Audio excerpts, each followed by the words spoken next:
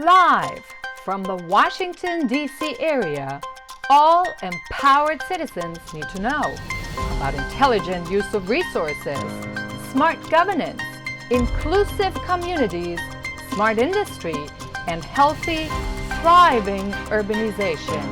This is Smart Sustainability, the TV talk about shaping a sustainable future in the digital age with Nicolette DeVidar. Welcome to Smart Sustainability on this Sunday evening in September 2022. We're coming from a different studio tonight, but we have a very different but good episode for you. Do you feel what so many of us currently feel? When you turn on the television or read the news, we get overwhelmed by developments driving many of us to simply turn it off or shut it off our lives. Negative clips everywhere that bombard us uninterruptedly. They leave us in a place where the big majority of people today has never been, confronted with the direct loss of our stability, increased and very real fear of another world war with devastating consequences, the uncertainty of unstoppable inflation, peace hanging on a thread. After 77 years of peace after World War II, and I'm speaking of relative peace, of course, because there still have been wars in various countries, and we, the United States, have been involved in most of them one way or another. But after 77 years of peace on a worldwide scale, I don't think many of us have ever been so close to facing what a collapsing society, possible food and energy shortages on a global scale can actually look like. And one can feel it. I just returned from a visit to Germany, and the fear of war, the massive energy crisis that could send Germany back to the Middle Ages if the government doesn't do something about it, is palpable like never before. From taxi drivers to restaurant staff to people on the street, the looming war can be felt. The people, though, wish for peace. So tonight, I want to show you some movements for peace in the United States and overseas, where citizens from all walks of life, all nationalities, all backgrounds are coming together, united in one thing: the wish, the drive, and movement or mobilization for peace. Most of us know what's at stake. So humanity for peace, our topic tonight. Thanks for joining us in this hour. I'm Nicolette DeVidar. When people have experienced nothing but peace, they don't know the signs that can bring us to war during a prolonged period of time, and sometimes literally overnight. Nor do they have the tools to deal with the consequences. It's fair to say we're in that state. Those who have been through it see it a bit differently. Particularly a nation like Germany, where war is not exactly something unknown for the society, but where not that many people who actually lived through it are still around to draw from direct experiences at the time. When I was in Munich at Doniesel, a landmark restaurant in town that's seen many wars, rebuilding of society, taking care of rubble, and what it's like when money isn't worth anything anymore, I met two elderly ladies that were born before World War II and who talked about the state we're currently in. With staff shortages in hotels and restaurants around the Western world, with people that you no longer recognize and that don't recognize local customs or speak the local language, with prices skyrocketing and the feel of the big collapse literally just ahead. Now, the approach of those two ladies was a different one. They said, quote, "We have survived war before, hyperinflation, a loss of money, home and buildings. We will survive that next one too. We know how to prepare." The problem are the young people, because they no longer listen and are not used to the grit it takes to pull through. A true statement when you think about it. But in the meantime, of course, there's also movements popping up in Germany and in the United States and in many other countries where people start building communities for support, to grow food, to build networks and strengthen local communities, to find alternative ways to a thriving existence. There are resistance and awareness movements that started small and are growing by the day. I want to show you some of these tonight. We went to them so you can see, at the end of the day, you are not alone. In July, there was an Occupypeace movement in Kingston, New York, organized by no one other than Gerald Celente, publisher of the Trans Journal and advocate of peace. Along with speaker guests Scott Ritter, Andrew Napolitano, and Gary Null. Now let's have a look at the event, who went there, what kind of people from all walks of life, and why they came out to begin with.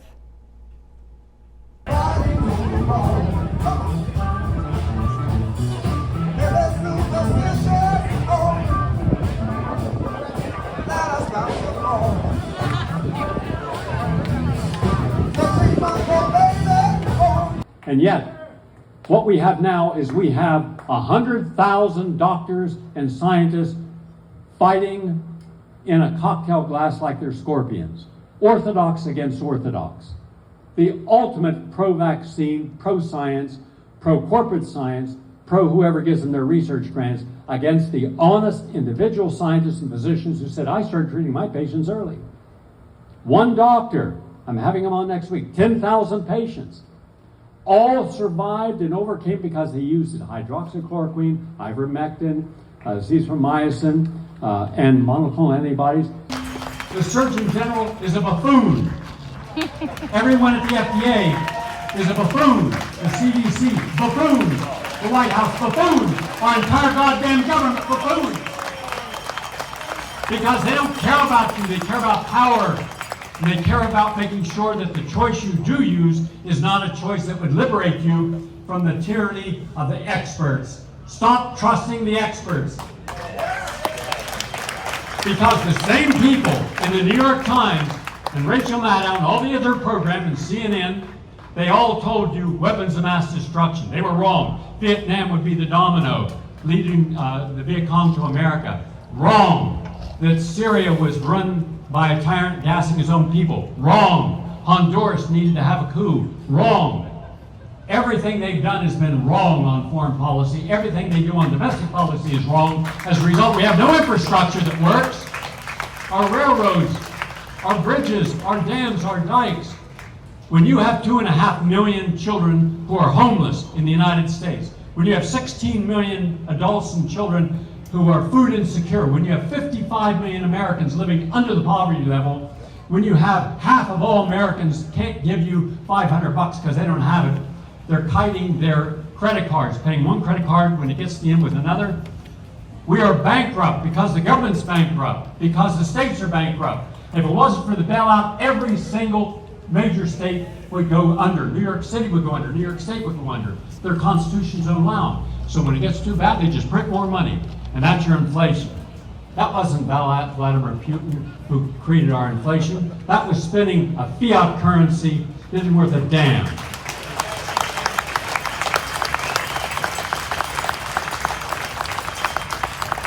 So when it comes time to make any choice about going to war, do your homework. But don't use Google, Facebook, Wikipedia, Twitter, and the media as a guide, because they can't ever tell the truth about anything. Walk away from buying the New York Times, watching television, supporting PBS or NPR. Walk away. My clothes made in the USA, union labor. All right? Walk away from clothes from Bangladesh. Walk away from non-organic foods. The farmers market over here today had organic, non-GMO. Support them. Support what is natural and non-toxic that leads to health and happiness.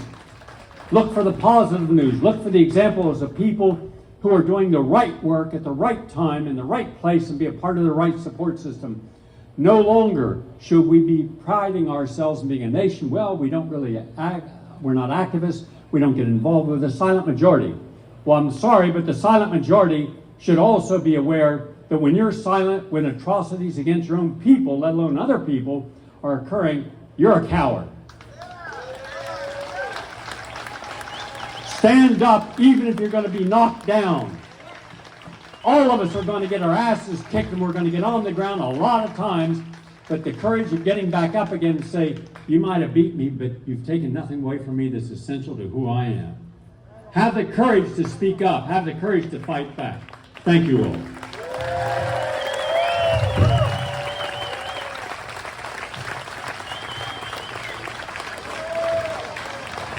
Gary Null, ladies and gentlemen. I had the chance to speak with Gerald Celente while I was in Kingston as to why he is so engaged in the peace movement. Here's what he said.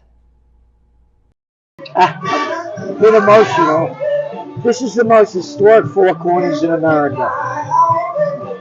This is the only place with pre-Revolutionary War stone buildings on each corner. That's the 1681 Person House. Across the street is the Academy, 1774. That's the 1763 Dr. Jensen House. Or Person, I keep getting, that's the Jensen, that's the Person. One of the two. And that's the Franz Rogan House, 1750. And I own 3. That's the museum. I bought these because the seeds of democracy was sown here. Yeah. This is the first capital of New York State. Over 70% of the Constitution that was written for New York was written Right here? right at that, where that dome is over there, where that cupola is. Right there. Yeah. John Jay, first Supreme Court judge, was a judge there. Yeah. So I bought these. I was looking to leave the country, to make a very long story short. Are you a native Kingstoner though? No, I'm a Bronx, New Yorker. Ah. Napolitano from the Bronx. So I bought these because of what they represent. Yeah. And again, being a boy that grew up in the Bronx, I was born to be free. We didn't take bullshit from anybody. We didn't tell anybody else what to be. Don't tell me what to be. Right. And now this America is, I'll tell you who to be. I'll tell you what to do. I'm some little piece of shit called a politician. Screw you. Shove the Constitution up your you-know-what. Rip up the Bill of Rights. You have none. We're in charge. That's why I'm holding this rally. I don't want war. This isn't my war. I'm an American. The seeds of democracy was sown here. These little boys and girls out there that they call politicians, George Washington, his farewell address, no foreign entanglements.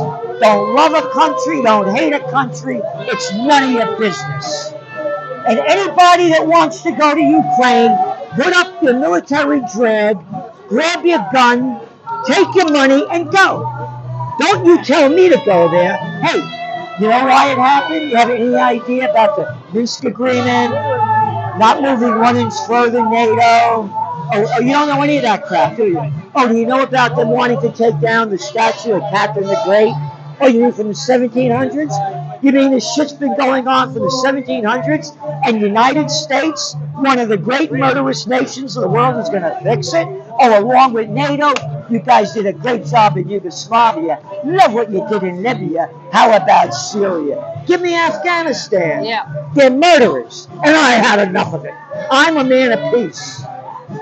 Anybody that wants to go fight, go fight. You are a disgrace, every one of you, that dishonor our founding fathers. I'm a man that puts my money in my heart where my mouth is.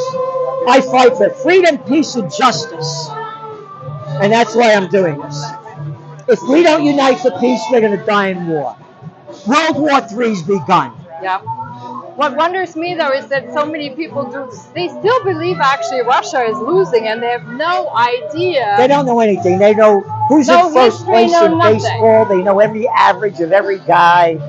The people are dumbed out. It's gone. So when did America turn the corner? America's, all the nations had World War I, the Civil War. The last good war America fought was the Revolutionary War. The rest were bullshit. Propaganda. Propaganda. What are you trying to achieve with the Occupypeace? How many people do we need to rally? We need the whole world. This is a global movement. We're the people. We're the people. Not a peep about peace from these little prostitutes. Hey, little Don Lemon. Hey, Lemonhead. How come you're not talking about peace? Hey, little Anderson Cooper. Oh, your little mommy's boy, your daddy's boy. My mommy was Gloria Vanderbilt. You're just a piece of crap. And little boys and girls, they're not fighters. They're prostitutes. They get paid to put out by their corporate pimps and their government whoremasters. That's why they make 20 million and more to lie. That's right. No one would Yeah. get that Jake money. What up? Oh, these are tough guys. Yeah. Come on out, man. Come on out. They're cowards. Cowards are the first degree. All right. Pretty powerful stuff, isn't it? Now, of course, no event is really complete in the coverage unless you hear what people think as to why they went there and visited to begin with. Talk to a few, have a listen. So, are you here to enjoy the music or are you supporting the movement? Supporting the movement and also to enjoy the event. Why are you supporting the movement? It is important for people to be informed. A lot of people are following just what the extreme media is saying. We do have a voice, and a lot of people are not listening to it. Women, we don't pay attention, and there's a lot of ways. Some of the speakers that are talking here, we listen to it on a regular basis at home. So, like, I'm a very big fan of Gary Knoll, and all the different ways, because I work in the medical field to begin with, so I do understand what the medical field is about. And yes, I believe in preventive medicine, which we don't have. We don't talk enough about it. So I think it's important for people just to educate themselves and to be here and hear the different perspectives. And then also with Gerald Celente, like, he's so great in giving us a voice, and for us just to be able to hear the different perspectives that there are right now. So when you work in the medical field, though, are you also more in tune with the natural side of the body? I find very often that in America in general, so many Americans are just not in tune with their body, and therefore their understanding the immune system and actually its own defense is not necessarily like their first step to go to. No. I believe, like, I am not from this country, so in my country we do believe in preventive medicine. That's what I'm thinking. Yeah. So yes, so we do a lot of natural remedies and a lot of teas and a lot of herbs and roots, and the healing begins from the within. So it's what you eat, what you put in your body, how you think. Yeah. So it's very important. I see, like, I'm from the Dominican Republic, so over there's a lot of preventive medicine. We do a lot of things before the diseases begin. So when I came to this country when I was 18, that's when I realized things are different. I'm a certified pharmacy technician, and then you doing with big pharmaceuticals, and you seeing what they're telling you. You don't have the tools. And then now I work in radiation oncology. So it's what we're putting into our bodies, and a lot of people don't have that option. And I think it's important, like I always tell the patients that come to me, yes, it is the step, different things that you can do, but if you're not in tune with your body and what you put it into your body, it's not going to help us much. Yeah, there's this holistic approach, and I find it's a little bit up to the immigrants who came here, because so many of us are more in tune with the natural and the holistic side of medicine, and so we start there. Yeah. Versus in the U.S., you get pills. That's the first thing. Pill, drugs, whatsoever. You wait until they don't go when something is aching. So you have the first symptoms and they just avoid it. They don't understand about if you have inflammation. Take some turmeric to the turmeric root and just try to drink the tea. Cook with it. It's gonna help you with inflammation. Yep. If you have stomach issues, ginger is great. So there's a lot of things that you can do very simple on a daily basis that help you a lot. But here, people do not want to listen to that, and because they look for instant gratification. And sometimes when you take herbal medicine, there's a process to it. But I believe that's the reason why there is an opioid crisis in this country, is because they are so used to. They start with over-the-counter medicine, and now your body gets used to it, and now you're going to need a higher dose. So you're going to need to move to a different drug for it to work in your body, and that's the issues that they're having.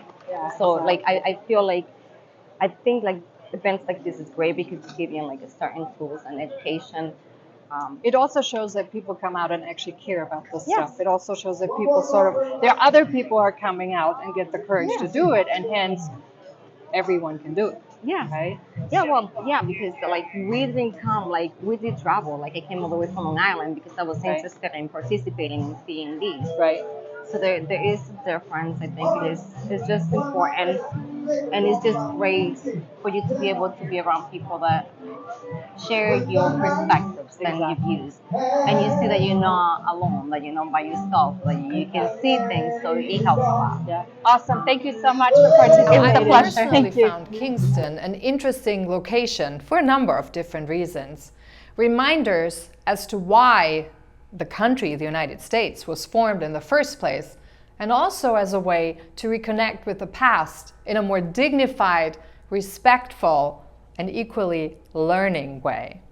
We got to remember that the new is already ingrained as part of the old, as we can see in this graphic that really depicts this concept well. If you look at the graphic of the woman, you can see that the older woman already embodies the younger woman in the same shape. So for all of those out there that think throwing down statues, trading on the past, or just ditching it like it didn't exist is exactly the opposite of what we're called to do and should be doing to achieve peace and a positive movement and momentum forward. Unless we start to acknowledge, accept, respect, and make peace with the past, there is no peaceful way forward. Instead, a constant repeat of what I think no one really wants to repeat again. That that's true, you can easily find out for yourself when taking an honest look at your own life. Pain points from the past never just go away when you turn around or just walk away. They walk with you and pop up again in different circumstances, but exactly the same way they happened before. Nothing is just good or bad. That's a reality most people have trouble to accept. The universe, though, doesn't distinguish between good or bad, only what we focus on and how we do that. The good or bad part comes with personal interpretation, a label we give to something ourselves. So rather than ditching statues and thinking the past was all bad and nothing good came out of it, I invite you on a personal level to go through the effort and distinguish as objectively as you possibly can the pluses and the minuses of different periods. The same applies to colonization, by the way. Colonization was not all bad. It also brought a lot of achievements with it, from which we still benefit today as society, collectively, and as individuals. So rather than ditching it all, it would behoove us on a spiritual, awakened, not awoke level. Awakened and woke are not the same. And come to a point of respect, acknowledgement, and acceptance of everything that happened, good or bad, in your own definition, and then focus on what it is we really are trying to achieve going forward. A poignant reminder of history, past and present in Kingston, was visiting one of the oldest churches of America. Built in 1635, the church has evolved as a place where the old, in a way, meets the new, practiced inclusion. Just a block away from the LGBTQ headquarters of New York State, and with policies that in a way bring the old tradition, past and present, directly together with the new. Balance is the key word that comes to mind. Now, everyone's welcome at this church. There's an approach to include everyone from the community, including your dog. This is actually the only church I know where you can actually bring your dog in that sit with you right at the bench during service. But that's just as a side note. It represents the past, the tradition, the values, the dignity, and the respect for anything that's coming out new. Yeah. Is it the oldest, one of the oldest churches in America? Oh, I think so, yeah. I mean, 16. Well, you go back to like St. Augustine, to St. Augustine, which is probably 1300s, yeah. And then we have.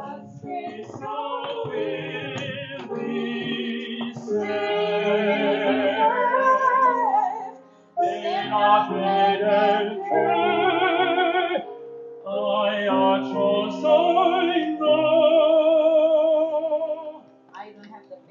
Oh no. Page 8. It's our Tiffany window. Okay, that's it. Beautiful. Okay. And the If middle. you want to have it be talking or not, but you just want to do it by yourself. No, you can walk me through. Because we like to talk about our Yeah, pews and absolutely. I love how they open up. Oh, this is so detailed. Sweet. Come on in.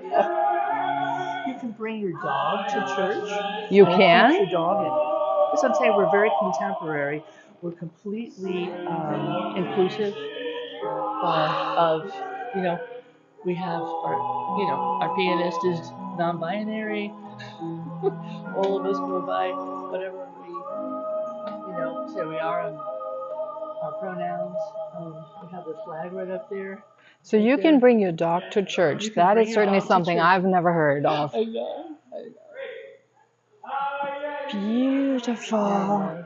Unless, if you're happy. How long have this is not the original though, is it? Like those stalls? Well, I think these are the 1800s, but when you look at the churches in, let's say Newport, Rhode Island, there's also this. This is very typical of that style. Very beautiful. Kind of like a little home for you. That is beautiful. All of the plaques that celebrate, some of them are in German, because it's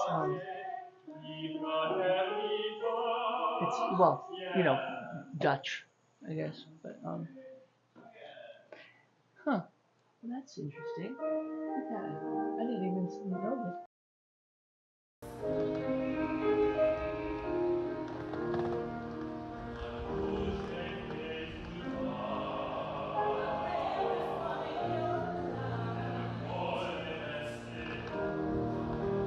Building also houses an original letter from George Washington and really serves as a powerful reminder of what we, the people, meant and means. Take a look. You know why his mouth was like that? Why? Because his teeth were sprung. Oh, They're yes, I did spring- hear yeah. that. So Yes. he had to hold his mouth closed or they were going to pop out of his mouth. Yes, I did hear that. Yeah. And so he was here November 1782. He gave an address. I guess I don't know what he did, but he was here and he appreciated our hospitality. So, which was great. Yeah.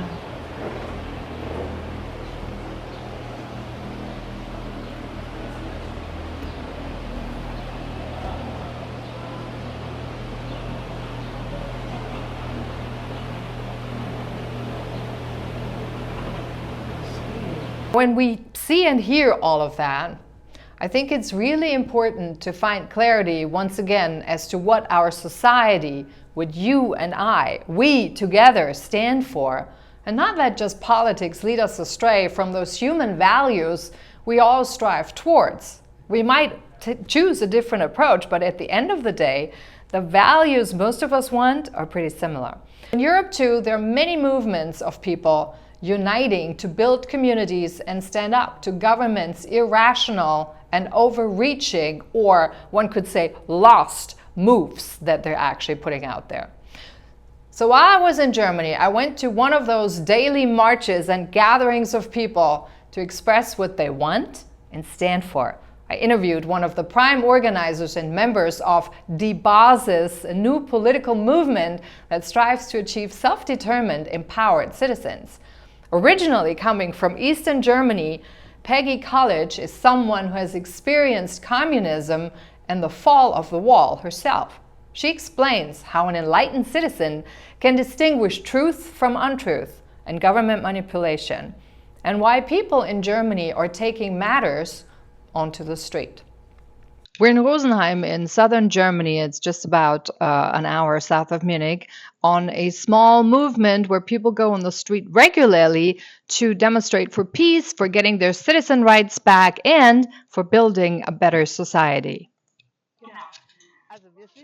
And I wanted to know, why are people going on the street? We go on the street because we want to bring attention to the problems we're facing in Germany.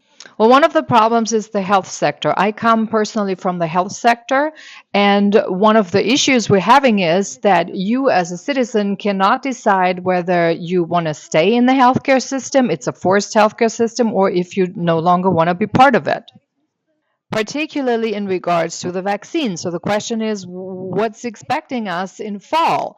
Is then there another push for vaccine number 4 and 5? Can I not go back to my job? In the meantime, we're having two different classes, people who are allowed to enter the health sector, the hospitals, etc., and others who are not. And the issue is that for many people who work in there who are unvaccinated, for example, for them it's not just a job, it's actually a vocation. So they're getting shut out from their vocation, what they love to do. People who go and join the healthcare sector are people who usually don't go in there to do it for money. They go really in there because it comes from their heart. So these people basically get their vocation taken away from them, which is quite serious for a lot of them that are really affected by that. One is not allowed to help people anymore if you're unvaccinated. So I want to briefly ask you some questions regarding the German healthcare system just for our US audiences, because in the United States, our healthcare system is different. The big difference is that in Germany, for example, everyone is forced to be a member of the healthcare system. So that's also a problem. So if the state insures you, that also means that the state is the one who dictates. One of the big issues we have, though, in Germany is that our hospitals are privatized. So on the one hand, we have the state who basically insures everyone with health insurance, but the hospitals are privatized. So when you look at other institutions that really of society, pillars of society that help people. So for example, you have the police, you have the fire people who come and help people when there's fire in the houses. They are all public. But then the health insurance, the hospitals, they're not, and that doesn't make sense. Why does the health system not also be part of a pillar, or is been put on an independent pillar, public pillar, where profit isn't a question, but it really is just a question of how do we give the optimum of healthcare to people? We have the problem that the pharmaceutical industry really makes a living and the profit from the fact that we are sick. They don't make a profit from the fact that we're healthy. So this is something we need to start thinking and targeting. A healthcare system, the essential of a healthcare system should be that the sick are treated to become healthy, not including the healthy that really don't need any treatments. The fact is also that nowadays our life expectancy is higher, but it is a fact that our lives are also artificially prolonged by the pharmaceutical industry, by the hospitals. If there is a profit, they can make a profit from. I've experienced this myself in the family with my father, where they did not let my father literally go for 6 months, although he would have been ready to go. A battle that could not be won, and yet they tried with all sorts of medications, therapies, operations, surgeries, completely unnecessary because he could not be rescued. So on the one hand, you go on the street to bring awareness to our sick care system, so to speak, because we can't really talk about a healthcare industry. And then the other is you go on the street because you want to bring awareness to the fact and what's actually going on in Germany altogether and what has been going on in the last 2 years with the overreach of government's rules and regulations. Now I see you have a nice little slogan on your shirt that says, if truth is unfree, then freedom is not true. You come originally from East Germany. You grew up in East Germany when they still were under the communist regime. I'm going to ask you, how do you recognize the truth from the untruth? A really good example is the media. If you take the media and you compare the media and you see the headlines and the narratives and the stories, if they all are pretty much aligned in what they say, using similar words, similar verbiage, using a similar take and opinions, then I ask myself, well, where is where is the point that actually sees the story from a different angle, the contrapoint, so to speak? It cannot be that everything is only one-sided. We know that everything is two-sided, at least, or many sides. But in order to recognize the truth, you as listener, as audience, as free citizen, you must at least have the two narratives, or at least two sides, so you can make your own or come to your own conclusion.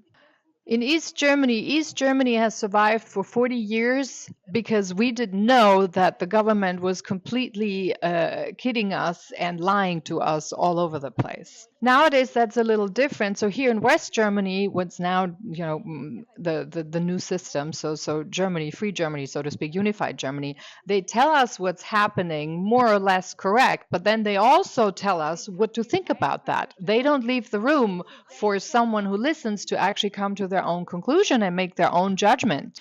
Now, are people that come from East Germany or that actually have experienced East Germany, do they understand quicker what's going on because you've already been through it? And also, is there more trust in themselves as people, so to speak, to know that the people can make the changes they need to make? Because when you look at East Germany and the way it actually became free from the communist regime, you guys, you stood up, you fought for it, you brought the change, knowing that we, the people, are the change. Is that also what's happening among the East Germans or people who come from formerly East Germany? It's a project where we want to achieve actually similar what we achieved back in '89. So we do want to achieve with media on October 3, which is the day of German unification, that the public media actually apologizes for how they have reported, how one-sided they have reported, and they start saying that beginning October 3, they want to do media and television for everyone again. That means really showing the various and diverse sides to a story, and they tell all sides of the story, not just one. We have in Germany a mechanism that's called Volksbegehren, so people can actually actively participate with their will in politics. But these only work when the people are accurately informed. So now they basically give us the facts more or less accurately, and then in the last third of the program, they also tell us how to think about it. Also talks about why she's so active and how people who experienced East Germany, communism in East Germany, have a much bigger confidence that we, the West, seemingly have to make the changes the people in the West can make. Have a listen. Also diese Filiale war quasi voll dagegen. Wahnsinn. Ja, das ist wirklich Wahnsinn. Machen wir weiter? Aber das sind die Herzenmenschen im Gesundheitswesen, ne? Ja, absolut, absolut, das ist richtig. So, nun stellt sich ja die Frage, jetzt möchte ich mal so ein bisschen so noch vergleichen, weil wir haben ja hier in Westdeutschland, sage ich mal immer, das ist so, sie sind ja sehr, ich glaube, dass die Gesellschaft gerade in Westdeutschland generell sehr faul ist. Sie glauben ans System oder sind auch träge und jeder hat zuerst mal so einen Hang, erstmal abzuwarten und auszusitzen. Leute, die es aber schon mal erlebt haben, machen das nicht. Warum? Würde ich so nicht unterstreichen. Nein? Die Sache ist, man muss die Geschichte sehen. Der Krieg war vorbei und wir hatten hier ein Wirtschaftswunder. Es ging bei euch immer bergauf. Es waren günstige Wohnungen, die inzwischen für 1 Million verkauft werden können. Die haben sie für 20.000 Mark gekauft. Es war immer alles da. Den Leuten ging es gut. Die haben Kinder bekommen. Diese Kinder sind in das System reingekommen. Und es war nie irgendwo eine Wolke am Horizont. Selbst ich bin mit 16 aus der DDR gegangen, bei 89 war ich 16. Ich bin dann einfach, es waren keine Perspektiven da für die Ausbildung und so weiter.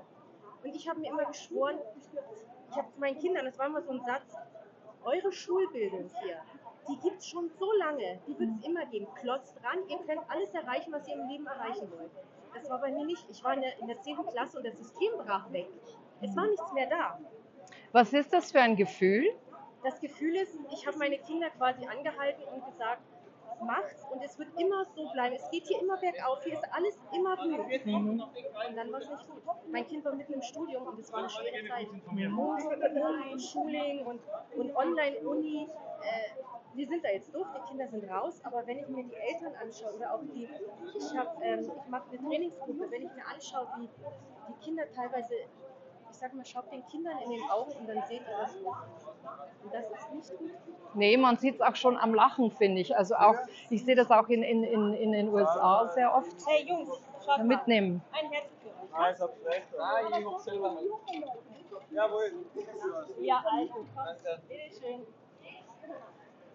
Genau. Ja, das ist halt das Problem und deshalb, also das ist auch der Grund, warum ich da stehe. Ja. Ich stehe hier für die Kinder, weil die haben keine Stimme in dieser Gesellschaft. Ja. Wenn ich mir den Zeitungsartikel von der letzten Woche anschaue, wir haben einen Bürgermeister mit 3 schulpflichtigen Kindern und er sagt in dem Artikel, ja, die Leute, wenn wir einer die Maßnahmen, die kommen werden, gut erklären, dann werden sie das verstehen. Und eine Maskenpflicht in der Schule werden sie als ehestes verstehen. Tja. Ihr wollt die Kinder zum 3. Jahr in Folge quälen für das Versagen der Erwachsenen? Warum? Die Kinder können da nichts dafür. Nee. Und die Maskenpflicht, die hilft den Kindern auch nicht in der Schule. Nee. Die müssen ihr Immunsystem aufbauen. Aber die Maskenpflicht für Kinder, das kriegen wir durch. Und das Schlimme an der Sache ist, sie schaffen es wahrscheinlich nicht. Aber was kann jetzt die deutsche Bevölkerung tun? Was steht an? Was sehen Sie kommen? Die deutsche Bevölkerung muss wach werden. Wir müssen auf die Straße gehen. Wir haben ganz viele Mitbürger, die wissen genau, um was es geht. Aber die sagen, es bringt nichts.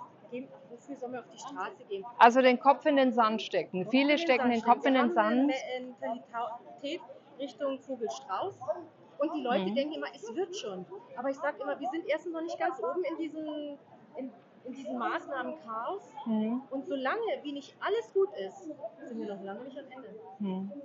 Also wach werden. Was verstehen Sie unter wach werden? Rausgehen, auf die Straße gehen, auch ein bisschen. The most important is everyone has to be independent and self-responsible. No one has to take responsibility for someone else, but it is really important. It's a great start if everyone started to take responsibility for themselves. The most important is that people really become self-responsible. Isn't it a beautiful feeling if you go to bed? I want to go to bed at night with the feeling that what I've done today was valuable, it was purpose-driven, and it makes sense. And I cannot live with the fact that my children have to run around with the mask and not be able to actually experience the freedom of the air and the freedom of being children as it is. The children need to be able to breathe. It's absolute nonsense that they have to wear masks in the stairways or the hallway, but then if they go into the workout room, they don't. It just doesn't make sense. And with all of these citizens getting out on the street, organizing, the awareness campaigns, the Monday marches, etc., we have achieved one major thing. We do not have vaccine mandates. Period. And with all of this being out here all the time, we've read already once in the paper that the whole protest movements, and particularly Ms. College, they have achieved one major thing in the midst all of this, and that is building a community. We noticed that here in our community every Wednesday at the Mahnwache in the Saline Garden, which is here in Rosenheim, when people come out every week, there's new people coming to join us. We greet every one of them. And what you can feel is that there's really this great sense that people are happy to see other people. They're happy to be part of a community. The Mahnwachen, these are not about, giving great political speeches. The most important on the Mahnwachen, which is organized every Wednesday here in our community, is the humanity. It's the humanity that everyone can join in. It's this feeling that there is solidarity, there is a community, there are people who are holding your back or having your back, there are people who are with you and that you're not alone. So there is really a sense of community, and this is something that in politics, for example, we no longer have. In politics, there is no empathy, there's no humanity, and most above all, there's absolutely no interest in the people, what's happening to the people. We have politicians like our foreign minister who said, I'm not interested in what the German voters think. So they need to be reminded that this is why you're there, why you're in your office. You're in your office because people voted for you and because people cared for what you have to say. So how come you don't care about what your voters say or think? I think it's important that we become conscious again and aware again, and particularly the politicians become aware of that too, that they were voted in, not in order to make a lot of money, but they actually were voted for to do what the people want, so the people's will. I think that many people around the world have actually forgotten the fact that, yes, there is such a thing as we, the people. Yeah, that's true, but I think we need to look at the definition of politics. In the definition, it says it's the distribution of resources and it empowers someone to do certain things. No one really sticks to the oath they are giving or they're swearing in when they become a politician that explicitly states they have a duty to actually prevent harm from the people. It's a big problem, and I think this is something we can wait out. I think things will change. As we go into fall, do you expect more people to go on the street? What do you think is going to happen? Do you already notice an increase of people joining your meetings and your marches and the Mahnwache? We've been doing this for about 2 years. So last year in 2021, in summer, we were about 10 people, a little community in Rosenheim.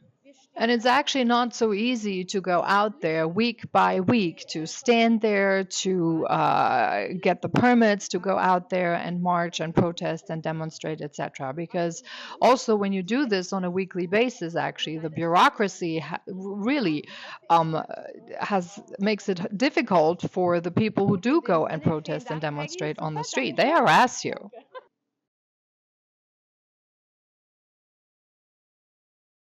But in the last, during the last year, we've always been in this little community just for the Mahnwachen for the community, at least between 50 and 100, and sometimes even more. It's consistently growing and changing. In September, we have a new initiative called It's Enough. It's about freedom, it's about liberty, it's about democracy. The biggest one is likely going to be the one on October 3, which is the Day of German Unity, which is about our Constitution and how the Constitution has actually been executed or put in place. I really hope that a lot of people come out and participate, particularly on that one, because it's important to really, first of all, know what's in the Constitution, know what the constitutional rights are, know what part of that has been applied and executed and what part not. So I really hope that a lot of people come out and join us, join this movement. This is for all citizens. Thanks so much, Peggy, for the interview.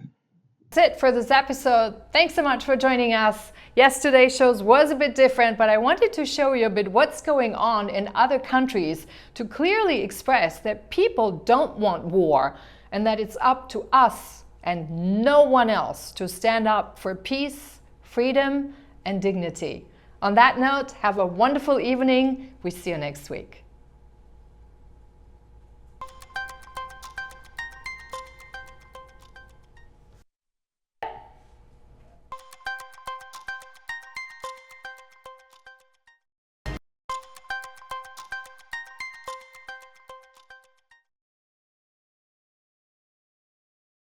Citizens, we're starting to think differently about what's working and no longer working. At home and also in organizations, we're realizing that the artificial thought patterns, these clean divisions into silos and who's doing what in terms of roles, is utterly useless. There's a lot of finger pointing in both directions and blaming others. But the thing is, whenever you blame someone else, you actually give your power away. And I think for most people, that's maybe something that we haven't realized so much. The way we looked at the world in the last hundreds of years is neither sustainable nor the sole truth. Face value isn't the only thing that's there. There's something beyond. There's also the part of how do we reestablish trust. Yeah. And that's not just trust in the United States in keeping the promises, but this is also trust in our own institutions and trust in our own approach and how we do things. We're at a time where people are calling to have more involvement in decision making. Right? When you look at agility, what's agile methodologies all about? It's about the talent of everyone to participate. Though it's difficult to fathom all the complexities of inclusion and coming together as people, we need to work through the fact that the starting point of many of the systems in place was a segregated society. Now, economics is important, no question. And if we look at nature, we can actually learn a great deal from it, because nature is extremely economical. It produces zero waste. The problem is that we overlook many of the connections that nature makes, and thus put sustainability at risk. There's very often this thing that we need more and more data, but I like to refer people to Copernicus. When you go back, the Copernicus had the same data as all of his peers at the time, and when he changed from a geocentric worldview to a heliocentric worldview, the only difference was that he looked at the data differently, and he put it differently in context. I think there is one thing that we're definitely abusing and polluting the planet. I think that's out of question, right? Everybody kind of sees that that's the case, and we need to stop doing this. The other part is the climate change. What part is the natural part of the cycle? I went on that journey to try it out and see what it's like.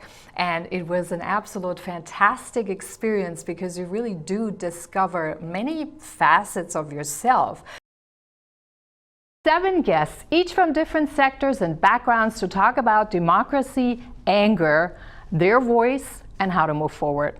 My president, and I am disappointed with Ma'am, this election. I asked you. Let her talk. Okay.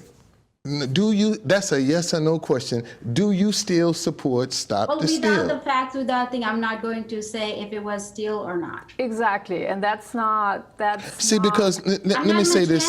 See, this is the problem. The emotions are still very much divided on that. I do want to introduce my next 2 guests, and then I've introduced everyone, and then we open up the floor, because I really think, as it sounds like, there is still, and we just saw that, there's a very different way of perceiving things, so it's a wide range. We all have bubbled up emotions. You marched with Dr. Martin Luther King. What was your reaction on January 6th? Wow. Had they been black, I would have thought about the dogs that were sicked on us in the times when the water was sprayed on them, got sprayed with the hoses. We need to let our governments know that we can show you how to do this, because we are actually contributing. Yeah, but that actually brings up a really important point, because I think, to me, what the most important thing about this is that you come up with a different initiative and bypass all the holdup that governments are doing, all the backdoor negotiations and things like that, which then really goes to the point when we come up and we put our collective intelligence together, that we do have the power to make the changes we need to make without ever needing anyone at top. So what happens to kids that do not, for example, have a parent that spends that kind of time or gives the child that kind of attention for that? Are we then, who didn't experience that, lost cases? No. Well, there's so many more other ways. Well, I think perceptions change when power shifts. When we invest in people and we see the growth, then we realize, oh, it wasn't. I would agree with that. Yeah, so, this issue of trust, perception, it won't change unless we see investment. Promise. I know there are some people, when they hear discrimination, they automatically have a red light going off because it's put all in one corner. But there's a part of it that goes in there, but it's mainly the systems. Yeah. Now, and I'm glad you brought that up, because a lot of people say, I didn't discriminate, I didn't do anything. But we live in a school district that gets significant more money. Technology is just a tool, but essentially it's about the spiritual awakening. Yeah. And we talk about the age of Aquarius. The age of Aquarius is about vibration, it's about frequency, it's about wavelength, right? And that's what technology is. How do we start in a civic sense to change seeing see people as change makers, or see citizens, as you want, as change makers versus taxpayers? Now that to me is a fundamental shift in thinking in a civic sense. How do we get there? Yeah, again, you got to see the new game and you've got to speak to that new game. That means also that you understand that you're a change maker and not just wait for a leader at top to give you some instructions, but get out of the reactive state into a creative state. That's when we actually collectively tap into this humongous pool of power that we haven't tapped into yet. Right, and that goes right to the heart of the book. To me, reform looks more like repackaging, but that's not what we're talking about. And I think a lot of police officers think of reform as something's wrong with them. At this point, we have actually almost data overflow, which leads very often to a bottleneck, versus really seeing what do we do with the data and how do we apply it in a useful way. Right. How do you see this happen in terms of where can we use the data? Where can you use data more, technology more in policing? And then how do we make sense of it? So I have a couple different thoughts on that. Not drill our way out of this problem. Even the North Pole, they said once it melts, the predictions are there's 90 billion barrels up there. Yeah, but hang on, I want to get back to how sustainable this all is, but to start out with, I really like to give our viewers an overview in terms of the current landscape, what we have. So we know there's a shortage of oil. We know we're going to run out of it. I want to move on to Ted here for a second. From a consumer point of view, what's the current landscape? What does it look like, Ted? The consumers are in a very difficult position. Essentially, this had nothing to do with me. Nothing. It has nothing to do with you. See, and it has to do with his energy and him needing to now let go of that energy and rebalance himself. Yeah, and I think that's really important for all of us to understand. So when we experience bias, very often it has nothing to do with you as a person, or with, in this case, with me as a person. I was just there as the object, so to speak, where he projected on all his stuff on me. We haven't talked about the sustainability for gender equality going forward. Obviously, Peggy, it's really difficult to sort of have a sustainable strategy when you have areas where you have cultural difference, different values, etc. Very, very quickly, what are some key things we can consider about that going forward? We are losing half of the energy of the world. We become so arrogant as human beings because we operate from an egocentric mentality. We think we're going to live forever, even though we know there will come a time we will go home, right? And even worse, I think that we've witnessed this, particularly that we think that we are better than nature and we need to perfect nature. I mean, look at what we've been doing to rivers. What's your final word that you would like our audience to take from this conversation tonight? To respect Mother Earth and realize that we are a part of it, and everything we do has an effect on it.